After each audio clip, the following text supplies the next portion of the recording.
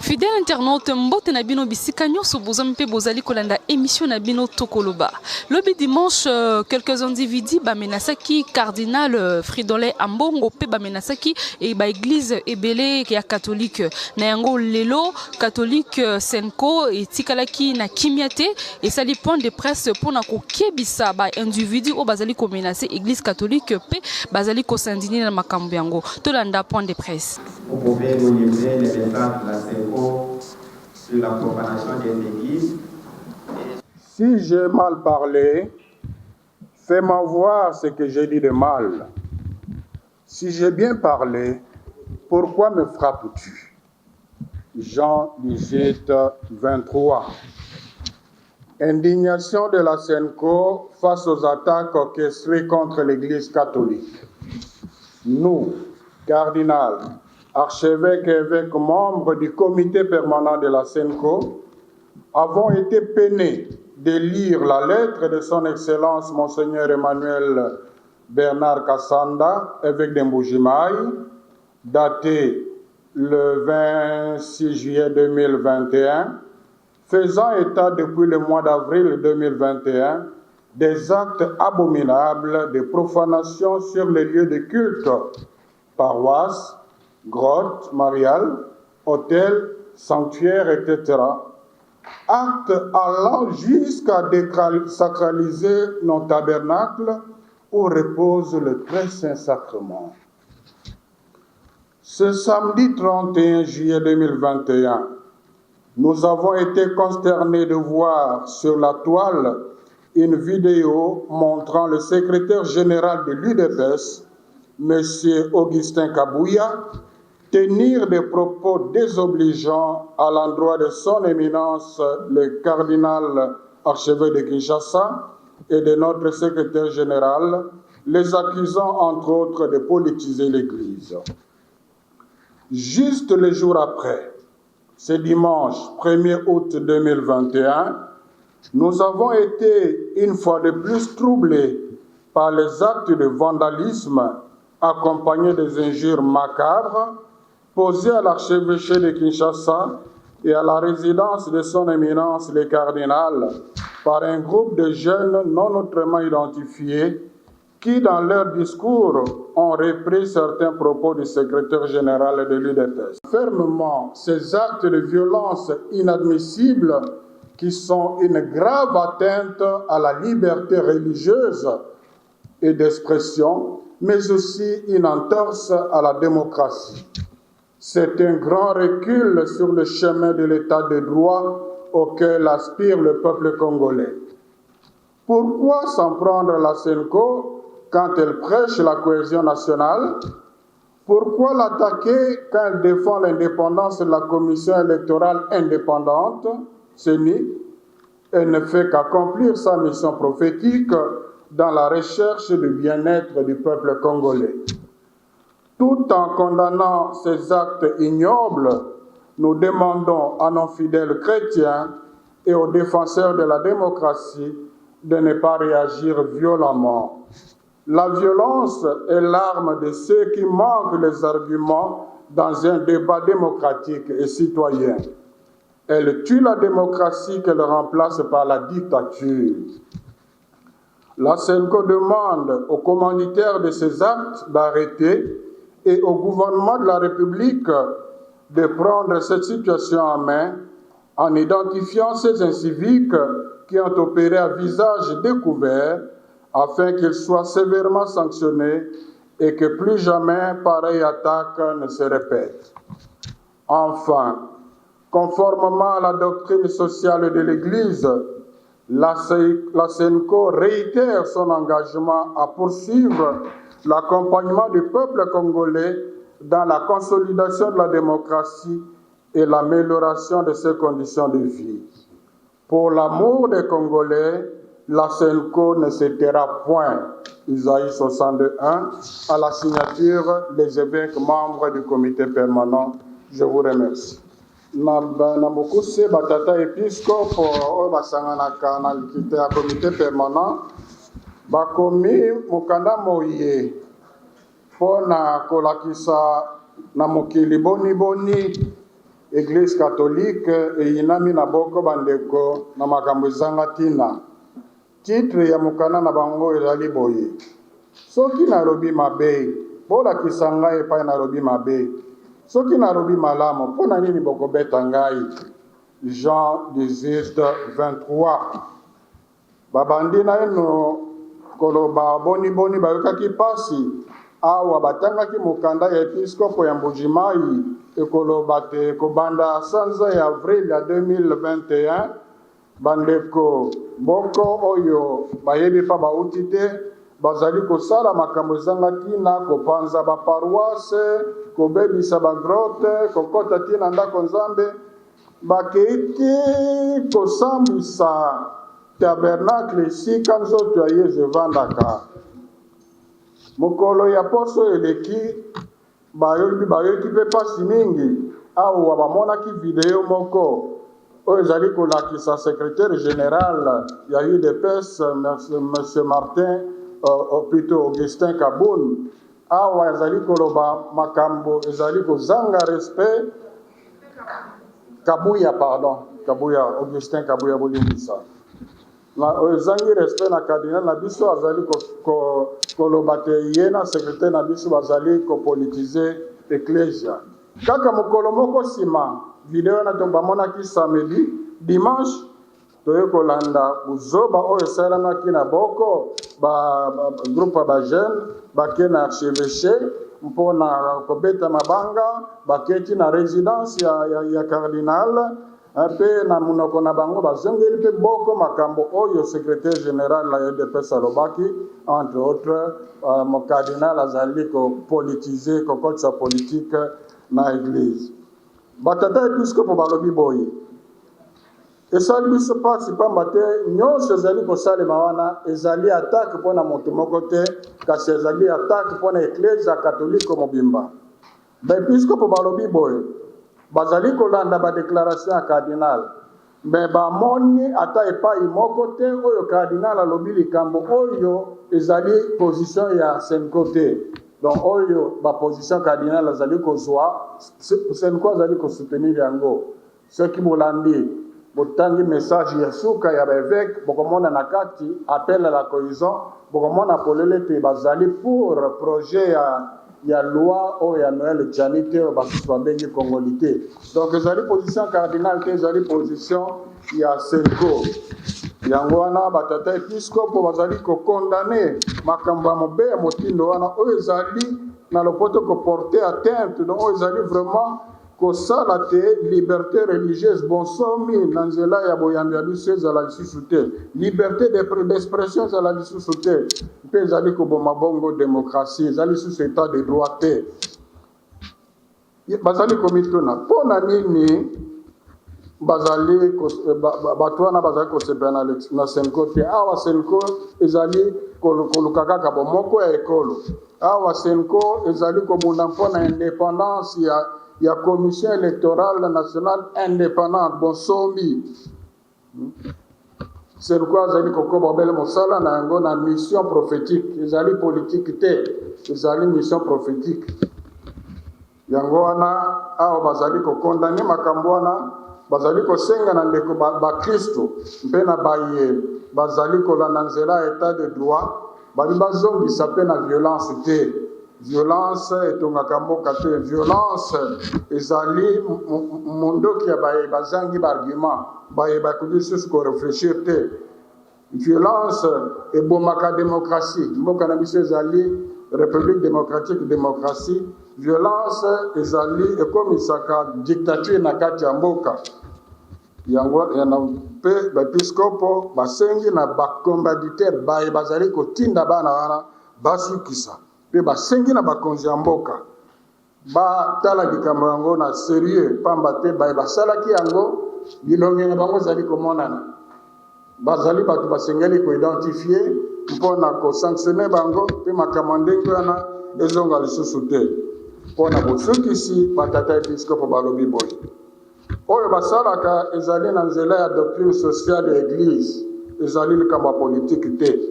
Yango wana balobi bakobanga te bakokoba engagement na bango pona kokamba bana mboka Congo na nzela ya kovandisa demokrasi mpe ya kobongisa vi na bango mpe na bozukisi balobi pona bolingo ya bana Congo senokwe kokanga monoko de pas d'amalgame. Je me limite maintenant à répondre aux questions par rapport à la dénonciation et puis juste après nous passons, on a enregistré aux autres questions. Est-ce que la SENCO fait un lien entre les déclarations de l'UDPS, du secrétaire général de l'UDPS et puis les actes de vandalisme de jeunes? La SENCO s'est limitée à faire un constat. Le premier constat, c'est que les jeunes sont intervenus juste le jour après qu'on a pris connaissance de cette vidéo. 2, dans les propos des jeunes, on retrouve aussi quelques propos, notamment l'accusation de la politisation de l'Église. Donc, c'est un constat. Les évêques, je suis que leurs porte-parole, ils n'ont pas tiré de conclusions à chacun de juger.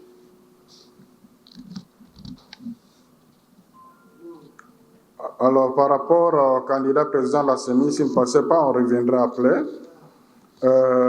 Par rapport à l'accusation de la politisation de l'Église, bon, je crois que c'est la mauvaise volonté parce qu'on s'est déjà expliqué plusieurs fois là-dessus. Ce que le cardinal, l'Église fait aujourd'hui, c'est ce qu'elle a toujours fait hier. Ce que le cardinal dénonce aujourd'hui, c'est ce que le cardinal Manoula a dénoncé. C'est ce que le cardinal Monsengo, que certains ont diabolisé et puis ils ont canonisé. Donc, c'est la continuité. Et Tchao, la même chose. Donc, vous vous souvenez encore du pasteur Epafou et Kofo, c'est la mission prophétique. Donc, si vous allez, d'abord, rien d'étonnant, si vous allez dans la Bible, vous verrez que les relations entre les prophètes et les rois sont toujours tendues. Parce que la mission de prophète, c'est de dénoncer même au sommet de la nation les choses qui ne vont pas. Si c'est cela faire la politique, je suis d'accord. Mais je dis, ce n'est pas faire la politique parce que vous ne verrez pas, le secrétaire général demande au cardinal et à moi d'aller s'inscrire dans la liste des partis politiques. L'Église nous autorise, vous ne verrez pas un évêque candidat président de la République, candidat à la députation, candidat au moins en ce qui concerne l'Église catholique. Donc, nous ne faisons pas la politique, mais la politique est un champ d'évangélisation pour l'Église. Donc, retenez ça bien, et c'est pour cela que les évêques ont dit, pour l'amour des Congolais, la SENCO ne se taira pas. C'est-à-dire, le pape Benoît XVI a dit clairement, l'Église ne peut pas se taire là où la population souffre. Donc, si quelque part la population souffre à cause de la gouvernance, l'Église devra toujours... Donc, il n'y a rien de nouveau. L'exemple le plus récent, c'est celui vous avez entendu tous les discours sur le cardinal. Souvenez-vous qu'on le considérait comme le plus grand politicien, alors qu'il n'était que dans sa mission. Et puis, si l'Église du Congo s'égarait, le Saint-Siège ne le laisserait pas tranquille. Vous avez suivi plusieurs fois les papes encourager les évêques dans leur mission prophétique. Parce que le pape sait qu'il ne fait pas la politique. Le pape lui-même aussi, même au niveau des Nations Unies, il y a aussi la diplomatie vaticane pour apporter la voix de l'Évangile, la lumière de l'Évangile. L'Église reste la lumière des nations, même en politique. Voilà. Alors, comment réagir par rapport au propos non, c'est juste un regret parce que les évêques ne vont pas se rabaisser pour aller faire des poursuites autour de terres de déclaration. D'ailleurs, la majorité des Congolais aujourd'hui est clairvoyante. Je ne crois pas que nous savons, nous nous promenons dans les pays. On sait combien les Congolais comptent sur leurs pasteurs pour être leur porte-parole. Donc, ce n'est pas une minorité de gens autour de quelqu'un qui vont nous impressionner. Bon, je crois que s'il n'y a pas d'autres questions par rapport à la dénonciation, nous allons passer à la deuxième partie avec le révérend Eric. Vous, notre police, c'est ce que vaut notre justice, parce que ces gens, ont opéré à visage découvert. Vous ne me direz pas que notre police, donc on saura maintenant si on a quand même une police d'investigation avec des éléments évidents comme ça. On saura maintenant avec la justice, ils doivent être sanctionnés, ce sont des gens facilement repérables. Et là, ce serait un constat malheureux si c'est le contraire qu'on observait. Donc ce n'est pas le moment de juger, c'est le moment d'observer. Merci beaucoup, M. Abbé. Merci à vous, amis de la presse. Je pense qu'il est important ici, nous avons noté jusque-là 4 questions. Le plus important ici, c'est de dire ce qui a été décidé après la triste expérience de juin dernier, vous savez, avec la situation Malonda. Rappelons ici que quand nous avons vécu la triste expérience de juin dernier, la plateforme des confessions religieuses avait levé une option claire sur un certain nombre de choses. Notamment, il fallait revoir la procédure dans la manière de déposer les candidatures. Ça, c'était un élément important. Deuxièmement, il fallait revoir la manière de traiter ces candidatures. S'agissant de la procédure, contrairement à ce qui a été fait avant, pour cette fois-ci, nous avions dit qu'il était important d'exiger à chaque confession d'amener au minimum 2 noms sur la liste. C'est pour éviter justement de se retrouver avec un côté une liste d'autant de candidats et d'autres confessions religieuses avec d'autres noms. L'idée ici, c'était de ramener les choses à l'équilibre. Et au-delà de cela, il a été autorisé à tout Congolais de pouvoir déposer sa candidature dans n'importe quelle confession religieuse. Déjà, c'était une manière de rationaliser la procédure pour éviter justement de dire qu'on a pris tel, on a refusé tel autre. Deuxième élément, on s'est dit qu'il faut éviter d'avoir des candidats inamovibles, c'est-à-dire des candidats de vie ou de mort. Les candidats que nous aurons au sein de la plateforme seront les candidats de la plateforme et non des confessions religieuses. Cela, c'était pour éviter aussi une sorte d'appropriation d'une des confessions religieuses à des candidatures, puisque les consensus étant voulus comme un mode par excellence, il est tout à fait normal que toutes les confessions religieuses n'apportent pas de candidatures. Et c'est ce qui a été vérifié. C'est-à-dire, même si l'ECC n'avait pas de candidature, c'est lui qui sortirait au nom et pour les comptes des confessions religieuses, le serait pour tout le monde. Troisième principe, il a été dit, lorsque nous allons traiter les candidatures, nous devons éviter les candidatures déjà à problème. Ce que nous appelons à problème, c'est-à-dire à connotation politique. Et là, nous voulons préciser, quand nous parlons des connotations politiques, ce n'est pas simplement des candidatures prétendues du régime politique en place. Même des candidatures qui ont des liens avec l'opposition. Vous voyez? Et ça, c'est une nuance détail. Et c'est par là que nous avons commencé. L'exemple est que pour les comptes de l'ECC, nous avions eu beaucoup de candidatures, bien qualifiées. Mais du moment où nous avons été alertés que telle candidature a des liens avec tel courant, nous en avons eu 2. D'abord, je reviens sur la candidature du pasteur Eyalé qui a été proposée. Si nous ne l'avions pas repris, pourtant ce sont des choses non justifiées et non fondées, mais seulement du fait que ça fait du bruit, qu'il a été candidat, et les partis qu'il a présentés, si bien qu'il a été comme indépendant, mais proche du courant Katumbi, sans même amener ses noms, déjà à l'interne, la commission qui a travaillé à l'ECC a retiré les noms. Et c'est pareil avec l'Église catholique. Il y a d'autres candidatures qui étaient sur la liste de l'Église catholique. Du moment où nous avons été alertés que telle candidature a des liens ou des rapprochements, ou pourrait attirer des discussions, créer des polémiques, nous avons pris soin. Et c'est ce qui a été demandé à chaque confession religieuse de faire. Donc ce n'est pas un préalable calculé sur la personne des candidats X ou Y. C'était un principe général. Et tout au long du processus, on a cessé de les répéter. Donc je commence par là pour nous dire qui avait déjà des préalables adoptés par un engagement collectif par toutes les confessions religieuses qui ne devraient plus faire l'objet des débats à ce stade. Arrivons maintenant au niveau de la procédure elle-même. Je vous donne déjà les tableaux pour essayer de répondre peut-être à certaines questions. Vous avez appris. Rappelons ici que la plateforme des confessions religieuses est régie par une charte.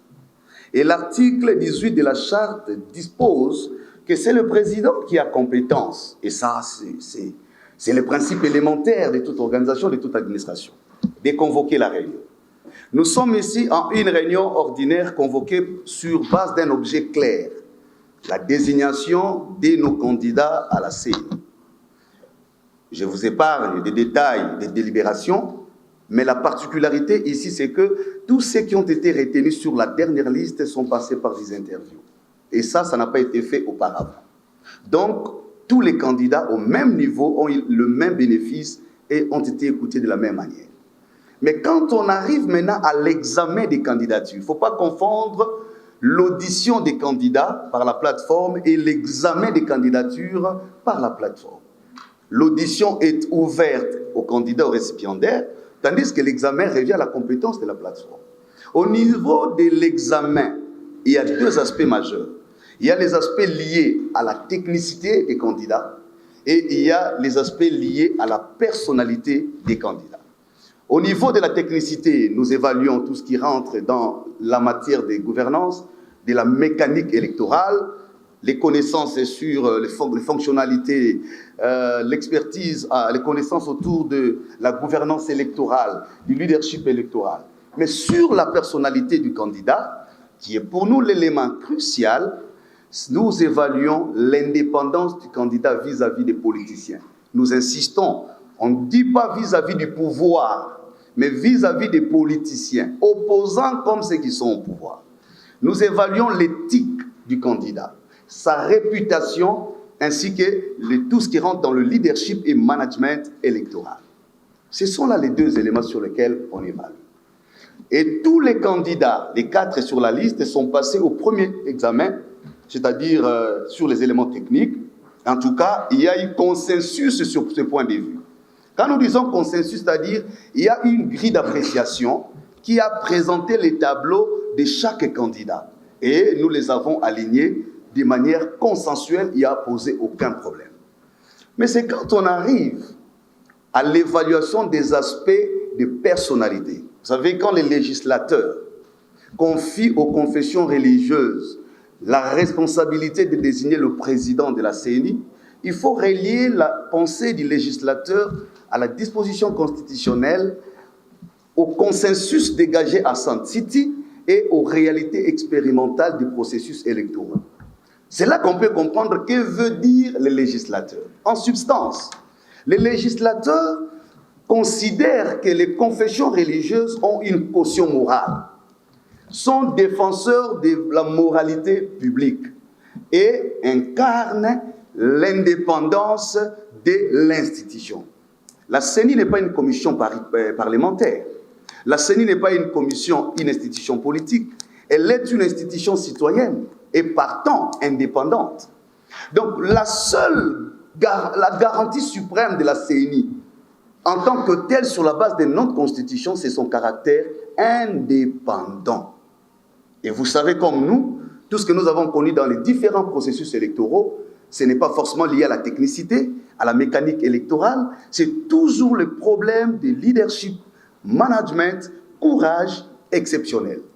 Et c'est ce qui a fait que notre communiqué du vendredi, vous l'avez suivi, signé par les 8 confessions religieuses, qui mettait en exergue le profil du candidat à la lumière de la loi, en insistant sur les aspects de l'indépendance, de la moralité, de la compétence, mais surtout mais aussi et surtout sur le courage exceptionnel de dire la vérité. Et donc, quand nous arrivons finalement à cet exercice, il s'est posé un problème.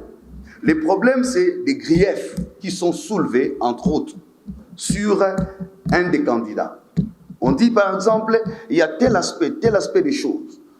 Et je voudrais vous dire, Les aspects, même quand nous avons fait les communiqués, quand vous entendez les intimidations, parce qu'on a suivi les débats à la télé, tous ces jours, le week-end, il y a une série de confusions. Ce n'est pas l'ECC qui a été intimidé, ni la CELCO. Les intimidations, les dénonciations nous sont rapportées par nos collègues membres de la plateforme. Et ça doit être clair. Si tel n'était pas le cas, ils n'auraient pas signé les communiqués. Les uns les autres, le moment venu, nous y allons mollo mollo. Les uns les autres n'ont pas pu contredire. Séance tenante, ça a été rapporté. Et c'est là qu'il faut faire la différence entre les soupçons et les allégations. Il faut faire la différence entre les témoignages et les dénonciations. Quand on entend ces débats des droits en disant « il n'y a pas de preuves matérielles », mais les juristes le savent, un témoignage est vos preuves, une dénonciation vos preuves. Quand je vous dis que je ne passe plus une nuit chez moi à la maison, parce que je suis victime de telles menaces, parce qu'on me dit si je ne pose pas tel acte, je subirai telle conséquence. Vous voulez quelle autre preuve matérielle? Et quand c'est là, les choses sont rendues publiques. Si les confessions ne les avaient pas rendues publiques, on aurait dit, mais pourquoi tout ce temps ils n'ont jamais dit? Mais vous avez suivi un communiqué. Communiqué signé, j'insiste, par les 8 confessions religieuses. Si le problème de preuve s'est posé, c'est à ce niveau-là qu'il devrait se poser. C'est là qu'on allait dire, nous ne signons pas ces communiqués parce qu'il n'y a pas de preuve de ce que nous affirmons. Donc il faut qu'à un certain moment, nous ayons tous le pied sur terre. Donc les faux débats qu'on veut soulever et dévier la question ne nous aidera pas. Je reviens dans le fait. Ce qui fait que quand on a mis en évidence tous ces éléments, les débats chez nous n'étaient pas de dire que les allégations sont fausses. Les débats qui n'ont pas trouvé consensus étaient plutôt de dire une partie, l'ECC, la CENCO estime que ces allégations sont de nature à jeter les discrédits sur l'indépendance du candidat. Ça affecte son éthique et ça touche à la réputation des confessions religieuses. Nous avons aussi une crédibilité à préserver. Une autre partie estime qu'il faut relativiser les faits au motif de dire est-ce que ces gens ont dit la vérité ou pas. C'est là le vrai débat. Le débat n'est pas autour de l'existence de preuves. Le débat est au niveau, faut-il considérer les preuves comme valables ou il faut les relativiser? Nous nous disons, elles ne sont pas relativisées parce qu'elle a dépassé le niveau du contenable. Vous savez, nous sommes église. Un chrétien qui commet une bavure, vient voir les prêtres ou les pasteurs, confesse. Ça, c'est une chose. Si le prêtre sort l'affaire sur la place publique, il fait offense à sa clause de confidentialité, à son éthique. Mais si le même fait révèle le caractère du scandale et touche à la moralité publique, pour préserver les témoignages de l'Église, on le met sous suspension. Ça, c'est la pratique. Et nous parlons de ce qui se passe dans les milieux religieux. Les gens font le débat autour de la charte disant « Pourquoi n'êtes-vous pas allé au vote ?» Le vote est un mode qui intervient après avoir vidé les fonds dans le traitement d'un dossier. Et ça, c'est très important. On ne peut pas évoquer le vote comme un détour, un contour pour éviter le problème des fonds. Non. On en vient au vote lorsqu'on veut départager des candidats qui ont satisfait aux critères de l'éligibilité. Vous êtes un jury. On dit qu'il ne peut être délibéré que l'étudiant qui a 45%. Mais un étudiant à 25%. 5 membres de jury ont dit nous, 25% ou pas, c'est lui qui doit distinguer. La rationalité à quel niveau? Donc c'est ça, c'est là où nous sommes bloqués. Nous étions bloqués parce que nous avons dit, ben écoutez, vous avez entendu qu'on a dit, l'abbé Cholet a éteint la lumière, vous êtes sortis, il n'y a pas eu respect des candidats. Là encore, c'est terrible. C'est pourquoi nous exhortons nos amis de la presse, lorsque vous n'avez pas assez d'éléments d'information, la prudence exige de se retenir et d'affirmer. Je m'excuse, vous permettez, parce que je dois...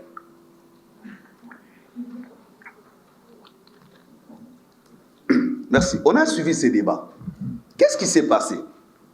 Les travaux ont commencé depuis 8h30 pour nous du secrétariat technique. Nous avons travaillé jusqu'après-midi, je pense, la plénière a commencé. Il était 20 heures passées. C'est tout à fait normal. Ce n'est pas les temps qui nous inquiètent. C'est ça les débats démocratiques du reste. Nous en sommes arrivés à la suspension des travaux et non à la suspension de la participation de l'ECC de la SENCO. Là, encore une fois, il se pose un problème dans les rendus de ce qu'on entend. L'ECC, la SENCO, se serait retiré. D'ailleurs, on est habitué, ils font la même chose depuis longtemps, et à chaque fois qu'ils se retirent, la machine continue.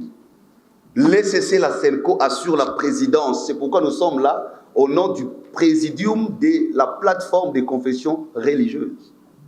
Le président a toute responsabilité à un certain niveau du débat. Lorsque le climat n'est plus serein, lorsque les esprits sont surchauffés, ça c'est la pratique des directions des débats. Il peut soumettre, il peut suspendre momentanément. S'il était encore journée, je suppose, ce n'est pas ce qu'il a dit, c'est moi qui réfléchis, il aurait dû suspendre pour quelques heures et répondre après. Mais je vous dis, il était 21 heures.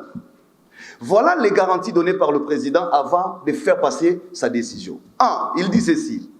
Je prends la responsabilité de contacter l'autorité habilitée.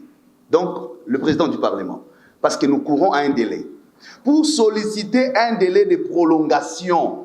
Puisque les uns les autres présentaient les motifs du délai comme condition sine qua non à vider absolument in extenso la question. On dit non. Le président prend la responsabilité de voir le bureau du Parlement. Deuxième garantie, il dit je prends la responsabilité de vérifier ces éléments parce qu'on cite les noms de certaines autorités. Nous avons la responsabilité de préserver la réputation de nos institutions. Lorsque les noms de certains animateurs des institutions sont cités à une procédure qui ne relève pas totalement de la compétence des confessions religieuses. C'est de la compétence de la souveraineté nationale. Et nous ne pouvons pas nous verser dans la presse pour commencer à dire X autorité est citée, Y est citée parce que vous demandez des preuves. C'est irresponsable. Nous avons la responsabilité de préserver la réputation et des autorités et des institutions. De telles situations, comment elles se règlent? On approche les concernés, on aborde comme des hommes mûrs. On trouve des solutions. La question devrait être posée. Est-ce que le président et le vice-président ont-ils ou non accompli leurs promesses? Oui, vous nous avez vus au bureau du président Bosso. Nous avons parlé avec le président pendant autant d'heures. La conséquence positive, vous avez appris qu'il y a eu prolongation. Parce que le président a écrit, Bosso a écrit au président de la plateforme pour accorder 48 heures de prolongation. Des investigations ont permis à pouvoir réunir les éléments qui nous semblaient encore une fois convaincants pour essayer de donner un point de vue clair à ces sujets. C'est à l'issue de ce travail, et vous avez suivi, que le président a reconvoqué les collègues pour poursuivre les travaux. Je pèse bien les mots. Nous sommes dans une situation de suspension des travaux, pas de suspension de la participation de qui que ce soit. Peu importe les humeurs sur ces entrefaites, ça n'affecte pas la légalité de cette suspension. La preuve, c'est que la suspension a été légale, vient du fait que tout le monde s'est retrouvé, c'était le vendredi. Le vendredi. Alors, si les gens, les amis sont venus, les chefs et les confessions sont venus, toutes ensemble, ça suppose que tout le monde savait que les travaux étaient suspendus et nous avons repris. À la discussion de ces derniers jours, d'ailleurs, c'était présenté dans les rapports, dans la convocation, déjà le présidium a donné une ouverture pour élaguer ce qui s'est dit sous la toile, qui aurait intention d'imposer un candidat, qui aurait intention d'en exclure X au motif d'appartenir à la tribu, ce qui est vraiment ridicule. Il y a tout ce qui a été dit. Voilà la proposition qui a été dans l'invitation. Le président dit ceci, après concertation avec son collègue. Première ouverture, nous enlevons les candidatures, parce que pendant qu'on parlait d'un candidat X, les autres ont aussi soulevé leurs éléments sur le candidat Y. je voudrais préciser une chose. On ne reproche pas à un candidat le fait d'aller voir un président d'une autre confession religieuse pour solliciter un soutien. Ça, c'est légal. On ne condamne pas un candidat d'avoir une appartenance à un parti politique. La Constitution garantit à tout Congolais la liberté d'opinion. On ne reproche pas non plus à un candidat d'avoir eu des entretiens avec qui que ce soit, même avec un acteur politique. Mais on reproche qu'une candidature devienne un agenda politique. Il faut faire la nuance. On reproche qu'une candidature devienne une sous-traitance politique. On condamne que les confessions religieuses deviennent une sous-traitance politique, pour l'opposition ou pour la majorité. C'est à ce niveau que les politiques vont nous respecter. C'est à ce niveau que nous allons prendre de la hauteur. J'ai soulevé cela pour vider la question des accusations de X ou Y. Si bien que nous avons donné les éléments de défense pour affirmer que les candidats qui étaient proposés dans notre camp, même si vous soulevez tel aspect, personne n'a prouvé qu'il y a eu corruption et nous n'avons pas condamné nos collègues, pour ne pas les citer. Tout le monde parle des Kadima Deni. Nous cessons de le dire sur le plan de technicité, notre compatriote a un CV calé. Et ce n'est pas l'affaire de Kadima en tant qu'individu.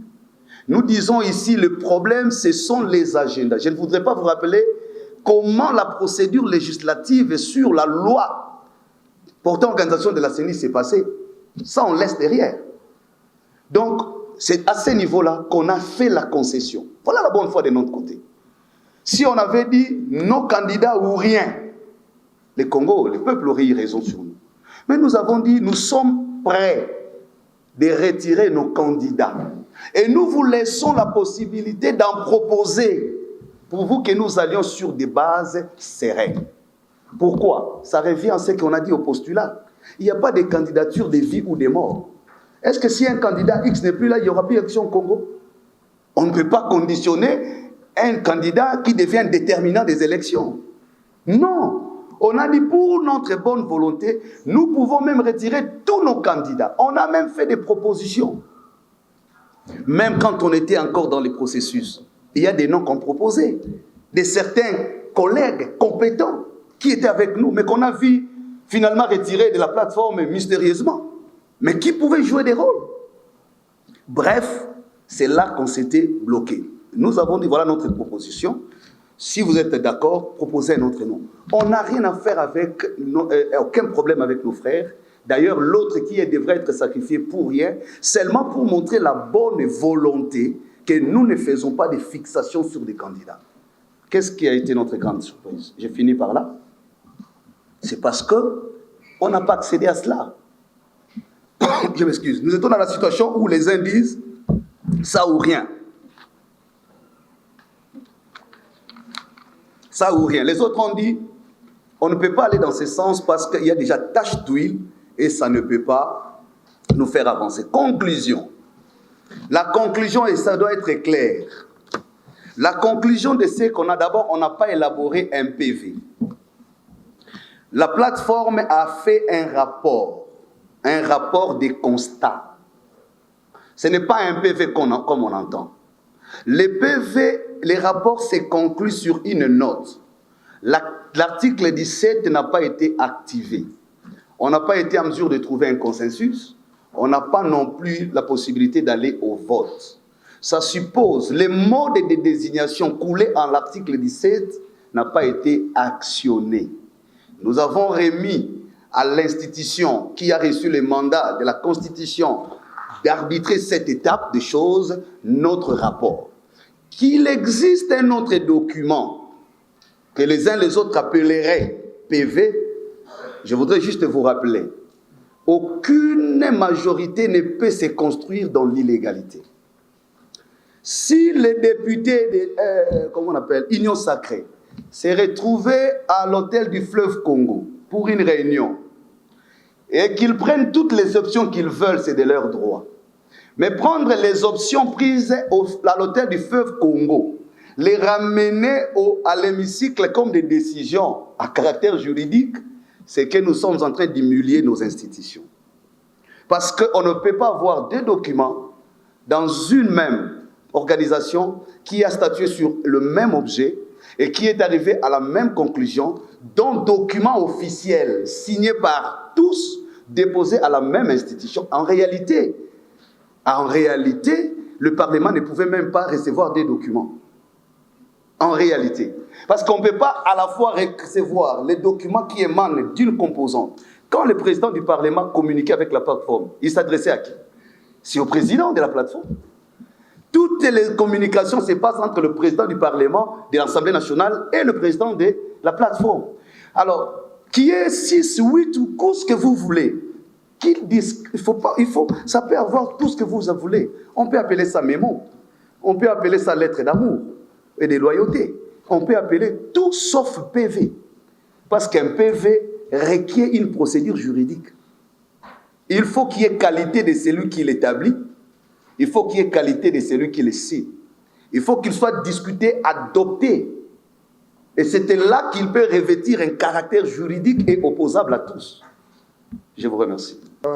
Les raisons qui ont fait que l'ECC et la SENCO disent non au candidat X, il faut retenir ceci.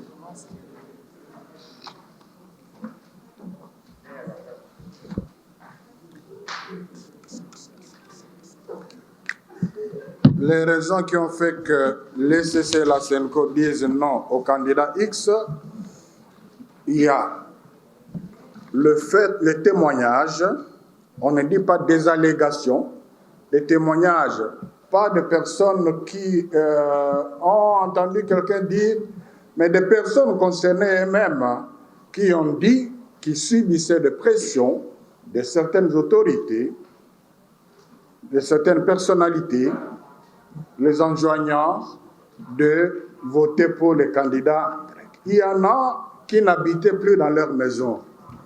Sur base de ces témoignages, le révérend Eric l'a dit, tous ont signé une lettre dénonçant les intimidations et les menaces. Entre autres menaces, ce sont des menaces qui affectent l'indépendance de la CENI. On est dans un environnement où s'il y a quand même et puis ce ne sont pas des choses qu'on va dire dans les détails, ici il y a personnalité. Alors, ça c'est le premier aspect. Donc l'aspect dépendance, ça c'est vraiment, on a des preuves. Deuxième aspect, aussi des témoignages, il y en a qui ont témoigné dans une plénière qu'ils ont été approchés par X personnes citées pour voter ces candidats moyennant une somme colossale. On n'a pas entendu ça dans les réseaux, dans la rue, et même on dit dans une plénière, et c'est dans un rapport. Et on a eu au moins 2 cas comme ça, l'autre c'était en dehors de la plénière. Donc, au regard des critères que nous sommes fixés nous-mêmes, comme a dit le révérend Eric, ce n'est pas à cause de l'expertise des confessions religieuses qu'on leur a donné ce travail, mais c'est surtout à cause de leur moralité. Alors, Sonia Roller a posé aussi une question sur le deuxième candidat. Est-ce qu'on n'a pas confiance en lui? Non. C'est d'abord les degrés des témoignages sont différents. Pour le candidat X, moi je ne cite pas le nom. Quand je parle XY, vous comprenez. Je ne vais pas aller au tribunal. Mais je ne crains pas le tribunal. Pour le candidat X, c'était des témoignages des personnes qui disent que moi, tel est venu m'approcher. Pour le candidat Y, c'est quelqu'un qui dit, un des chefs m'a dit, citez son nom, il n'a pas voulu citer. Alors que pour les autres, nous avons cité, c'était clair. Bon, donc c'est quelque chose que nous avons... Alors, on a compris que c'était une stratégie pour le mettre dans le même sac afin de sauver le candidat X. On a vu les pièges dans ce cas-là, et puis pour ne pas donner l'impression que nous, on ne veut pas de X au profit des Grecs, que le départ. Donc nous avons pleinement confiance en lui. C'est un homme qui aura toujours notre confiance. Donc ce n'est pas qu'on a cru à ce qu'on a dit, mais on a voulu vider un prétexte. Voilà. Alors je reviens, le passage, il ne faut pas accuser le président de la plateforme de n'avoir pas respecté la charte qui dit qu'en cas de consensus, il faut passer aux élections. Au vote plutôt. Alors, que ce soit clair, il y a des conditions pour passer du consensus au vote. La condition, c'est l'établissement de l'éligibilité de ces candidats par rapport aux critères que nous nous sommes fixés. Je donne un exemple beaucoup plus clair sur le plan légal. L'actuelle loi dit que pour être animateur de la CENI, il faut avoir au moins 30 ans. Alors, prenons un cas de figure où un groupe de confessions religieuses vient avec un candidat qui a 29 ans, qui a beaucoup de qualités. Toute l'expertise, la gouvernance électorale est là. Et un autre cas dit non, même s'il a toutes ces qualités, mais il n'a pas l'âge. Bon, on peut relativiser l'âge. Est-ce que dans ces cas-là, un président de séance responsable peut-il organiser un vote? Organiser un vote, c'est consacrer l'illégalité. La majorité voterait ce jeune-là. Et alors là, nous sommes sur le plan mathématique, c'est clair, mais ici, nous sommes sur le plan éthique par rapport aux témoignages, aux allégations qu'on a considérées graves. Les conditions de légitimité n'étaient pas là. Donc, si on avait 2 ou 3 candidats qui étaient acceptables à tous, pour les départager, on irait au vote. Donc, on n'a pas refusé le vote, mais les conditions de vote n'étaient pas accomplies. Je vous assure que si rien n'a pas peiné dans mon travail jusqu'aujourd'hui, que cette allégation d'avoir mis les candidats de côté parce qu'ils étaient kassaïens.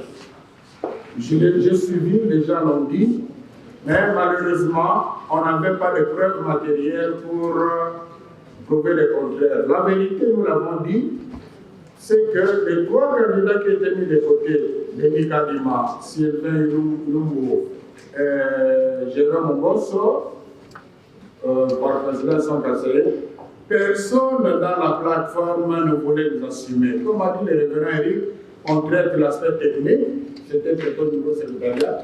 Mais maintenant, pour parler de la personnalité de quelqu'un qui les connaît, aucune de ces confessions religieuses, s'ils avaient assumé, ce serait une solution. C'est puisqu'ils avaient un agenda caché, comme ils avaient la candidature de Malonda, puis une autre candidature pouvait passer. Et voilà, maintenant, comme on a bloqué, ils ont trouvé un prétexte en inventant cette histoire. La moralité, compte tenu de cette expérience-là, nous avions au niveau de la présidence de la plateforme pris toutes les positions, les dispositions pour enregistrer tout ce qui a été dit entre nous autour de cette procédure. Donc on a des éléments audio qui pourraient aussi, ce n'est pas pour humilier quelqu'un à la presse, mais devant les instances, montrer des affirmations de dépendance de ces candidats par rapport au pouvoir. Donc, ce ne sont pas des choses dites en l'air. Donc, la vraie raison, c'est qu'on a des éléments suffisants pour montrer les pressions au niveau de certaines personnalités du pouvoir sur le candidat X. Et ça, c'est déjà suffisant parce que la commission électorale doit être indépendante. Tous nous avons salué la grande expertise des candidats X. Personne ne l'a mis en cause. Alors, bon, évidemment, les autres ont voulu relativiser en disant qu'ils ne sont pas directement concernés. Mais on est dans un environnement quand et le pouvoir vous adopte. Qu'est-ce qu'on peut espérer? Je crois que vous conviendrez avec moi que le président de l'Assemblée, le président de l'SCC, avait raison de ne pas trouver ce candidat éligible. Soutenir les candidats de la Mouka, c'est vraiment une idiotie parce que ce n'est pas seulement que ces manifestations. Depuis 2 mois, la Mouka demande aux confessions religieuses de ne pas présenter un candidat de CENI. Donc nous avons fait tout à fait le contraire de ce que la Mouka a demandé. Comment est-ce qu'on pouvait avoir un candidat de la Mouka et quand la Mouka nous empêcherait d'aller assister? Soyez quand même critiques, ces journalistes. Je crois que vous avez tous un minimum d'éléments pour critiquer. Il y a des questions qui ne devraient pas être posées à ce stade. C'est contradictoire. On a des candidats de quelqu'un, avant même de commencer, il dit qu'il ne faut pas aller. Éric l'a dit, il y a des candidats aussi valables du point de vue expertise. Je ne cite pas de nom. Mais que nous avons enlevé de la liste parce qu'ils sont des mèches avec certains du pouvoir qui ne sont pas du pouvoir, certains politiques. Donc nous avons voulu être corrects avec nos engagements par rapport, c'est le pays qui est engagé. Nous voulons des élections libres et crédibles ou pas. Toute la question est là. Ou alors qu'on fasse clairement les choses au nom de quelqu'un. Il y a des pays où c'est le ministère de l'Intérieur qui organise les élections. Mais qu'on le dise clairement, plutôt que de chercher à utiliser les confessions religieuses comme une blanchisserie. C'est le rôle de la CNCO et l'ECC, mais on n'acceptera jamais. Alors, que prévoit notre charte ne prévoit pas ça. Notre charte prévoit d'abord une foi. Alors là, on nous a fait le glissement. La solution que la présidence a payée, c'est pour éviter le glissement. Si ce ne sont pas des candidats de vie et de mort, l'ouverture avait été donnée pour qu'on vienne avec notre candidat. Si on avait voulu, on aurait fini. On aurait fini. Donc, je reviens sur ce que vous avez trouvé de nous. Je crois qu'il y avait un manque de communication. Quand le président de la plateforme a communiqué, il a dit que nous nous sommes mis d'accord. Il avait raison. Nous nous sommes mis d'accord sur les désaccords.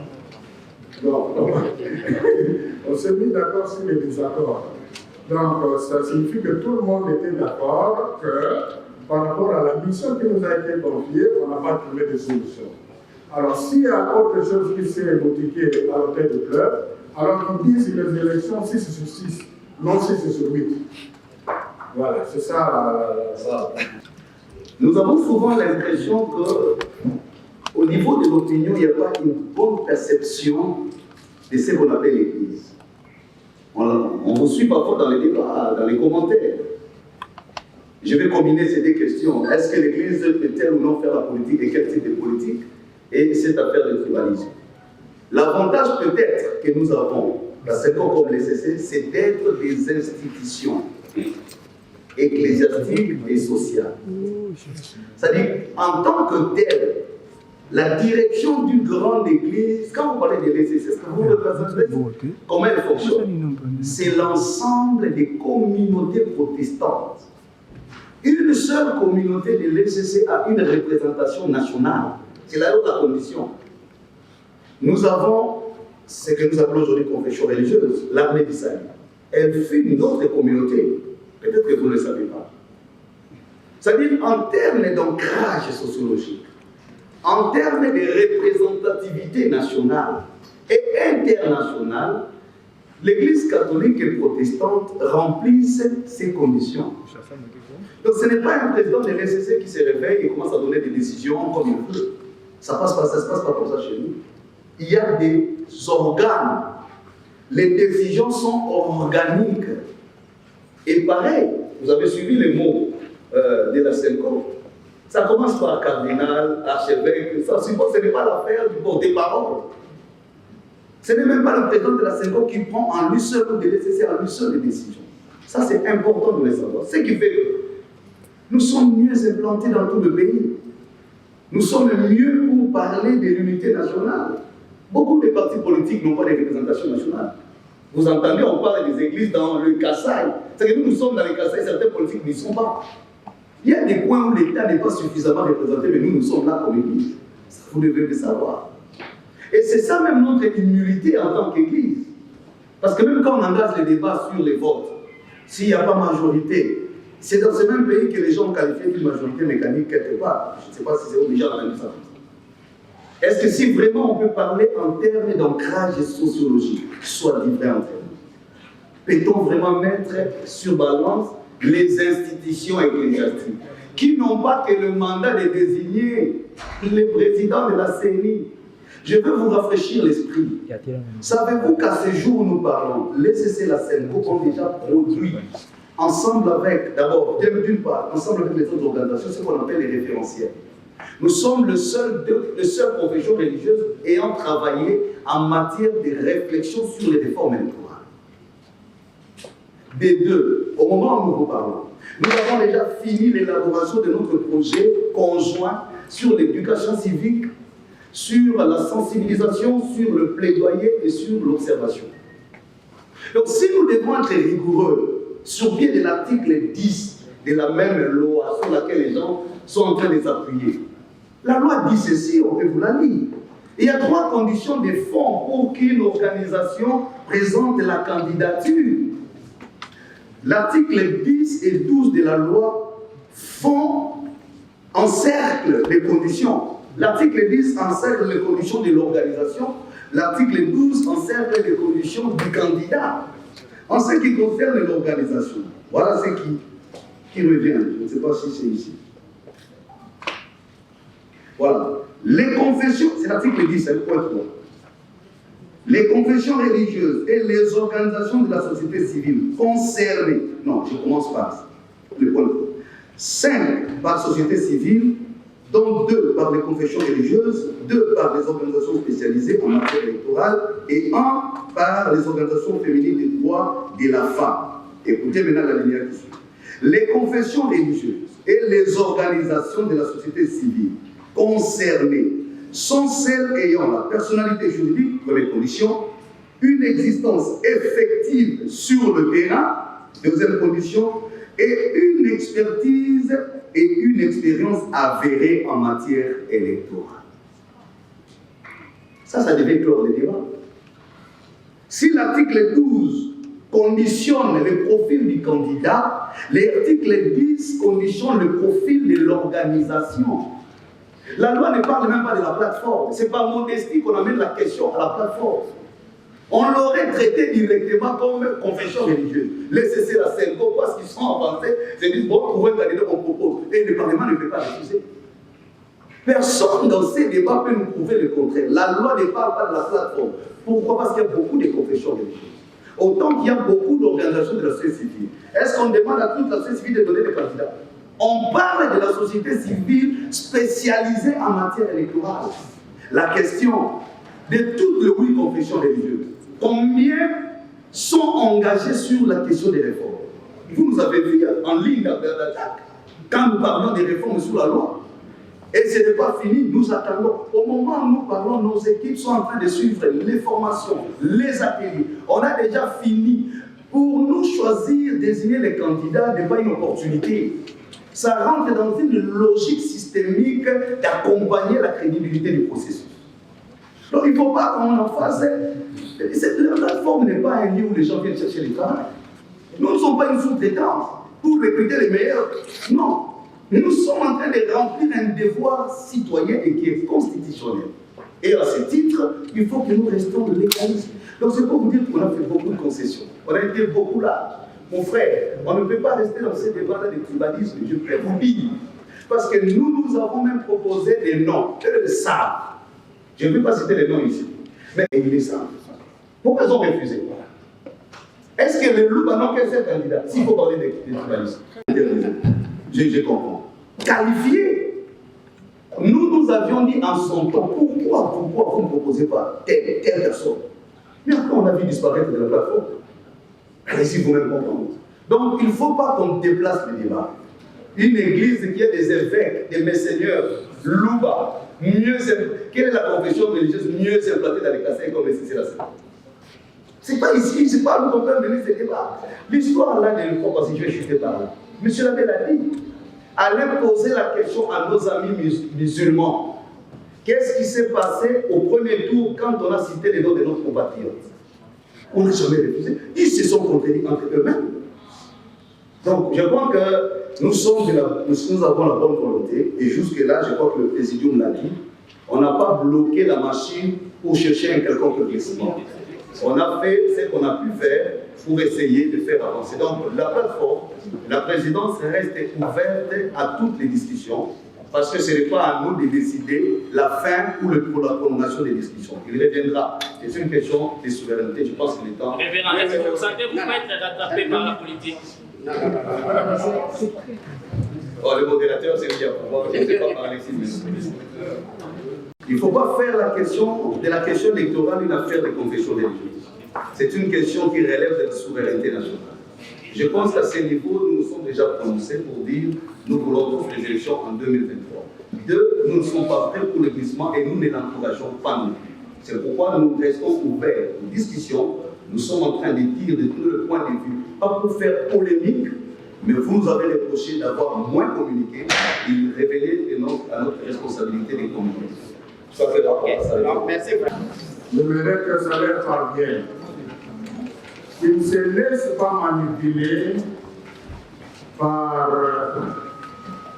un regroupement de gens qui ont d'autres intérêts que leurs intérêts à eux de la population kassaïenne. Je le rassure ici que la SENCO n'a rien contre les Kassaïens. La SENCO n'a rien contre la tribu Louba.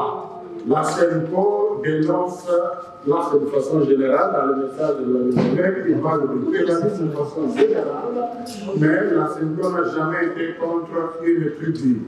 Ce qui a été rapporté la fois passée, au moment de l'entretien de candidature autour de Malonda, qu'on a mis de côté les candidats kassaïens, c'est un gros mensonge orchestré. La vérité est que personne de ces confessions religieuses-là n'assumait une seule de ces candidatures. Au niveau du secrétariat technique, tout en sachant que c'était de Louba, nous avons amené ces candidatures-là. Donc ces trois candidatures étaient parmi les 6 candidatures, on savait qu'ils étaient kassaïens. Bon, maintenant, on a traité l'aspect technique, compétence, ok. Maintenant, pour passer à la personnalité, parce qu'on était arrivé à la situation comment mettons de côté la candidature de Mme Manonda, répondons avec la candidature. Personne ne pouvait les assumer. Et les mêmes qui n'ont pas voulu assumer disent qu'on les a. Allez-y comprendre quelque chose, puisqu'on est encore des religieux. Donc, mes frères kassaïens ne se laissent pas manipuler. Moi, j'ai beaucoup d'amis, nous avons beaucoup d'amis kassaïens, on continue à être amis. Et puis bon, la SENCO, ce n'est pas la même chose, il ne faut pas confondre, ce ne sont pas des évêques à ce niveau-là. On a accusé les cardinaux de tous les mots. Le chancelier du cardinal, son homme de confiance, l'abbé Georges Gilles, c'est un kassaïen.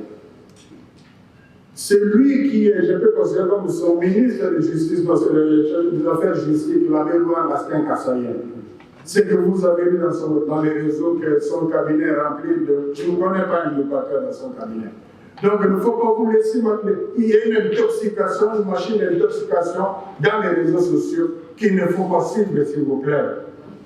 L'Église est catholique. Catholique, universelle, catholique. Et dans cette catholicité, il y a aussi les kassaïens. C'est comme ça que nous avons tous été très peinés par rapport à ce qui se passe en Bujimaï depuis quelque temps. Donc retenez ça bien. Vous êtes manipulés par les gens qui ne voient que leurs intérêts et pas le vôtre. Retenez ça bien. Merci. Nakosenga na bandeko bakiyangai ya Kasai, en particulier Balumba na Malamu. Naza kolanda na rezo makambo mingi bakakoloba te, SENCO alingi baloba te. Makambo wana ebandaki na lokuta ya maleleki ntango tozali kotala bakandidature na niveau ya secrétariat technique toyaki na bakandida motuma. Na kati ya bakandida motuma wana ezalaki ya bakasai misato. Elikaki bazalaki na kati Sylvain Lumbo na Jérôme Mosso. Sikoyo tango sena sendobe en tout cas candidature ya Malonda moyen kanate. Alors, quand on a la candidature, nous sommes ces années. Bato bayebi bango, dina bato bayebi bango, alors, ata mon côté na kati na bango, na bawangani bango. Alors, cardinal a l'ordine. Boni to koki ko meto, boyebi bango te meto, si on est comité à la ligne. Boni to koki ko statuer sur bato oyo, ata mon ko na mon chef de profession mon ko sa subir la note. Vérité wana. Combien na simo audio bajena ndemeni ko azaba kasi. Nzamba za komona. Ya wana ba traité cardinal la humaniste le puta. Ba koyebi sabino lelo. Chancelier na yela ko baza ko la directeur na yela. Donc, il y a une secret na yazali kassaïen. Mon azali chargé affaires juridiques de l'archevêché de Kinshasa, azali kassaïen. Maintenant, on a raison que cardinal et président est tenu dans votre équateur, mais il y a qu'à mon côté. Si vous avez une c'est possible, pas à la tête. Donc, Bako Sabina de Bato, Bazali pour manipuler, pour qu'on ait intérêt dans le Moko, les alliés qu'on a dans la Kassaïté. Merci beaucoup, M. l'abbé. Merci, cher conférencier. Bouti Kolanda, point de presse, ya SENCO, tout singi vraiment merci mingi Bolanda Kiyango. Et puis, vous pouvez savoir commentaire, on a bien notre kozanga te ko tanga yango. Surtout, vous s'abonner massivement à Elite Télévision. Ngana bien notre kutani lobby. Bye.